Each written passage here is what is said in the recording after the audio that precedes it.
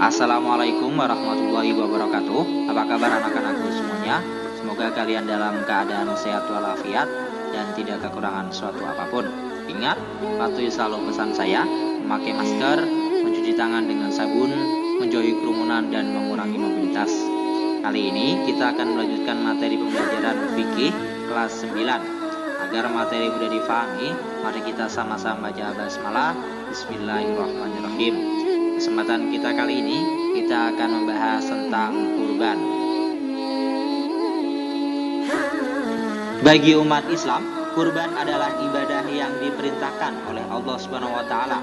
Bahkan sejak Nabi Adam alaihi salam sudah ada syariat kurban.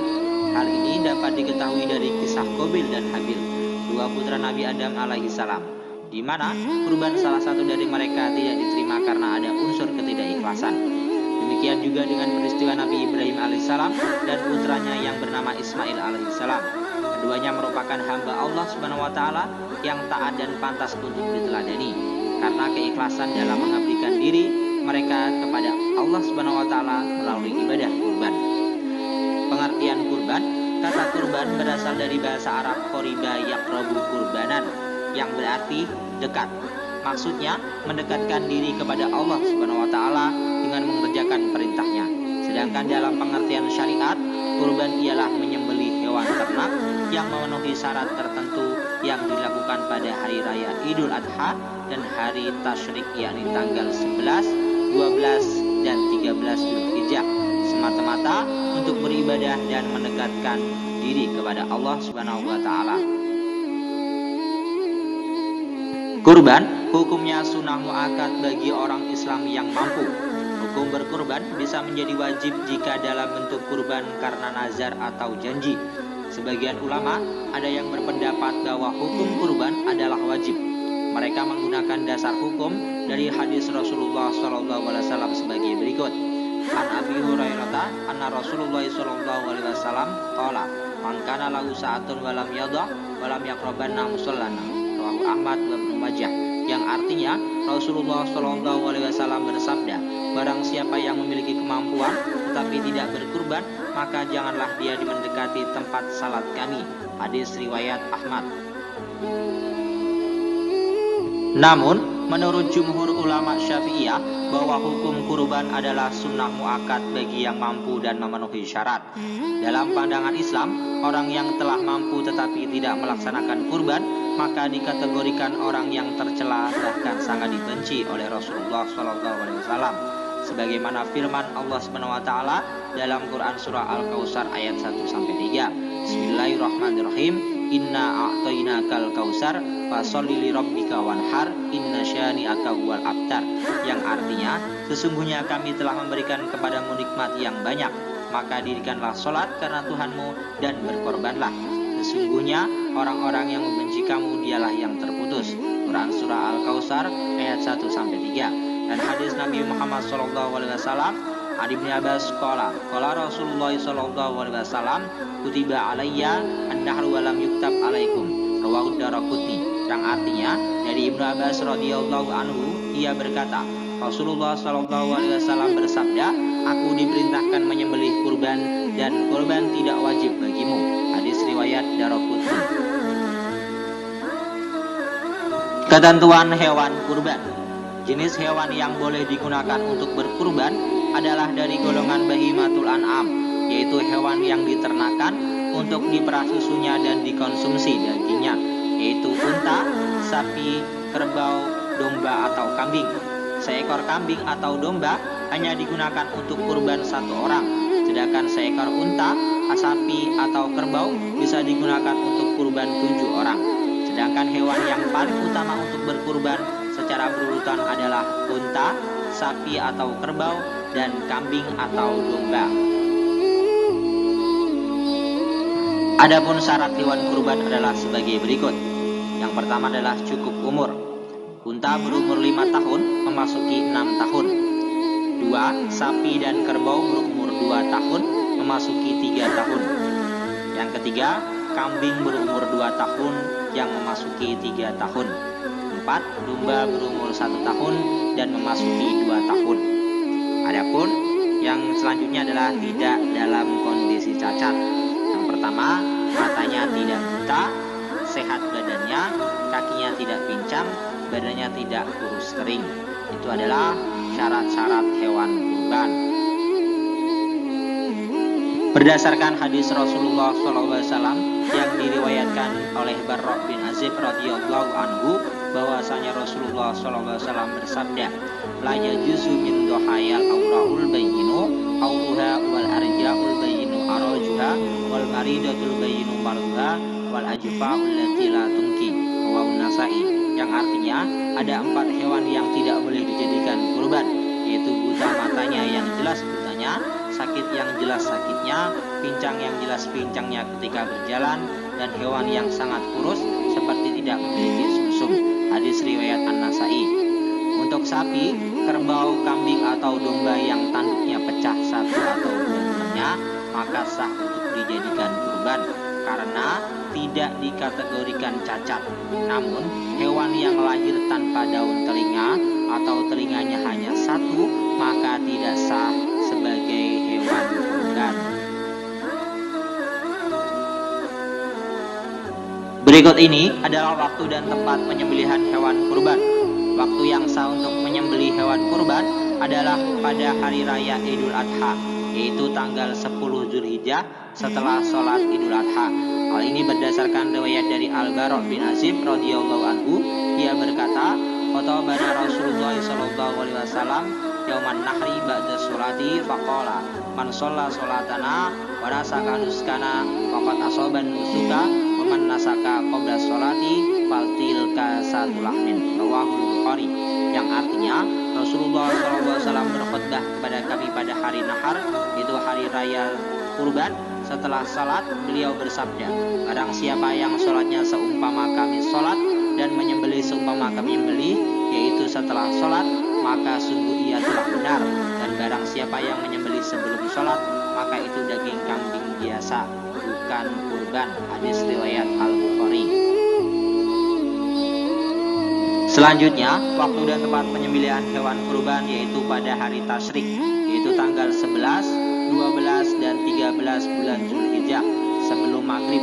Hal ini berdasarkan sabda Rasulullah SAW an Jubair bin Mut'im radhiyallahu anhu, karena Nabi SAW qala kullu ayyami tasriki dabun.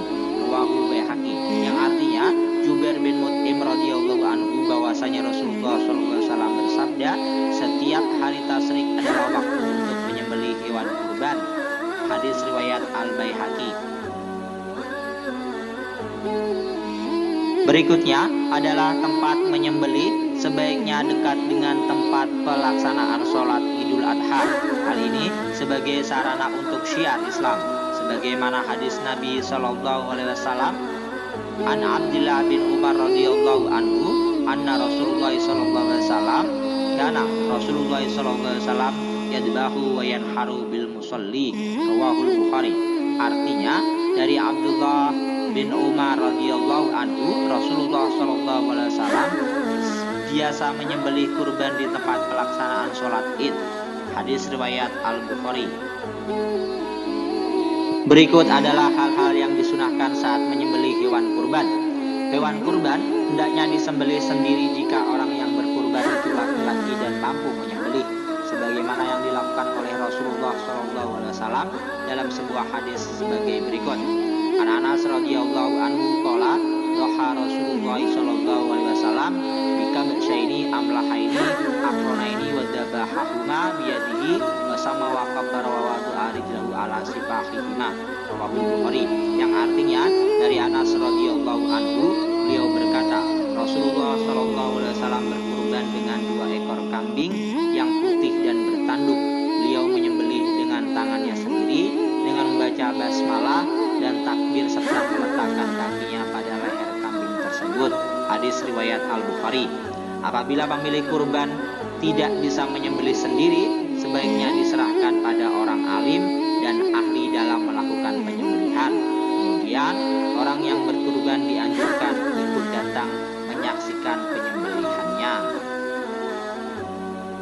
Selanjutnya, Disyariatkan bagi orang yang berkurban bila telah masuk bulan Zulhijjah untuk tidak memotong rambut dan kukunya hingga hewan kurbannya disembelih. Hal ini sesuai dengan sabda Rasulullah SAW an Ummi Salamah an Nabiya SAW qala idza dakhala al-asru wa arada ahadukum ayyudhiya fala ya'khud min sya'rihi wala min adfarihi syai'an hatta yudhiya. Rawahul Bukhari. Artinya dari Ummu Salamah radhiyallahu anha bahwasanya Rasulullah SAW bersabda, apabila telah masuk 10 hari pertama bulan Zulhijjah dan salah seorang kalian hendak berkurban, maka janganlah dia mengambil rambut dan kukunya sedikit pun hingga dia menyembelih kurbannya. Hadis riwayat Muslim. Selanjutnya, daging kurban sebaiknya dibagikan kepada fakir miskin dalam kondisi mentah dengan ketentuan sebagai berikut: sepertiga untuk yang berkurban dan keluarganya, sepertiga untuk fakir miskin, dan sepertiga untuk tetangga sekitar atau disimpan agar sewaktu-waktu bisa dimanfaatkan. Tujuan pembagian ini untuk mengikat tali silaturahmi dan sebagian untuk dirinya sendiri yang berkurban. Allah Subhanahu wa taala berfirman, liyashhadu manafi'a lakum wa yadhkuru ismallaha fi ayyamin ma'lumatin ala ma razaqahum min bahimatil an'am fakulu minha wa atimul ba'isal fakir. Al-Had ayat 28. Artinya agar mereka menyaksikan berbagai manfaat untuk mereka dan agar mereka menyebut nama Allah pada beberapa hari yang telah ditentukan atas rezeki yang diberi kepada mereka berupa hewan ternak. Maka makanlah sebagian daripadanya dan sebagian lagi berikanlah untuk dimakan orang-orang yang sengsara lagi fakir. Quran Surah Al-Hajj ayat 28. Adapun penyembelih hewan kurban atau pengurus kurban boleh saja menerima daging kurban tetapi bukan sebagai upah menyembelih atau upah mengurus hewan kurban. Hal ini sesuai dengan hadis yang berbunyi, An Ali qala amaroni Rasulullah sallallahu alaihi wasallam an aquma ala ruhi wa an atasaddaqa bi lahmiha wa juludiha wa jillatiha wa alla utiya jazara minha qala anuti min indina. Rawahu Muslim. Yang artinya dari Ali radhiyallahu anhu ia berkata, Rasulullah sallallahu alaihi wasallam memerintahku untuk mengurusi unta-unta kurban beliau. Aku menyedekahkan daging, kulit dan jilatnya atau kulit yang ada pada punggung unta untuk melindungi dari dingin. Aku tidak memberi sesuatu pun dari hasil sembelihan kurban kepada tukang jagal. Beliau bersabda, kami akan memberi upah kepada tukang jagal dari uang kami sendiri. Hadis riwayat Muslim. Demikian pula dilarang menjual daging kurban sebagaimana sabda Nabi sallallahu alaihi wasallam, wala tabi'ul luhumal hadi wal adahi faqulu wa tasaddaqu wastamti'u bi juludiha wala tabi'uha. Rawahu Ahmad. Artinya janganlah engkau jual beli daging denda haji dan kurban, makanlah dan sedekahkanlah serta ambillah manfaat dari kulitnya dan janganlah engkau jual kulit itu. Hadis riwayat Ahmad. Berikut adalah tata cara penyembelihan hewan kurban. Yang pertama, hewan yang akan dikurbankan dibaringkan ke sebelah kiri rusuknya dengan posisi mukanya menghadap ke arah kiblat, diiringi dengan membaca doa, Rabbana taqabbal minna innaka antas samiul alim. Lalu yang ketiga, penyembelih meletakkan kakinya yang sebelah di atas leher hewan agar hewan itu tidak menggerak-gerakkan kepalanya atau meronta-ronta. Yang keempat, penyembelih melakukan penyembelihan sambil membaca Bismillahirrahmanirrahim. Dapat pula ditambah bacaan sholawat Nabi. Kemudian para saksi pemotong hewan kurban dapat turut membaca takbir Allahu Akbar. Yang terakhir, penyembelih membaca doa qabul, doa supaya kurban diterima Allah, yaitu Allahumma minka wa ilaika Allahumma taqabbal min. Siapa sebutkan namanya. Nah, itulah misalnya ini dari aku ya dari aku, misalnya seperti itu ya. Itu adalah tata cara penyembelihan hewan kurban. Hikmah berkurban, bersyukur kepada Allah Subhanahu wa taala atas segala limpahan nikmat yang dikarunianya. menghidupkan syariat Nabi Ibrahim alaihissalam yang patuh dan tegar terhadap perintah Allah Subhanahu wa taala. Selanjutnya, mengikis sifat tamak dan mewujudkan sifat murah hati, mau membelanjakan hartanya di jalan Allah. Kemudian, menjalin hubungan kasih sayang antar sesama manusia, terutama antara yang kaya dan yang miskin. Dilanjutkan sebagai mediator untuk persahabatan dan wujud kesetiakawanan sosial. Yang terakhir, untuk meningkatkan gizi masyarakat. Semua adalah hikmah ibadah kurban. Alhamdulillahirrahmanirrahim. Selesai sudah pembahasan materi kita tentang hewan kurban. Selanjutnya tugas kalian adalah cukup mudah, yaitu membuat rangkuman dari materi yang kita bahas hari ini. Caranya ketik di kolom komentar pada video ini. Jangan lupa cantumkan nama, kelas, dan nama sekolah kalian. Akhirul kalam, wassalamualaikum warahmatullahi wabarakatuh.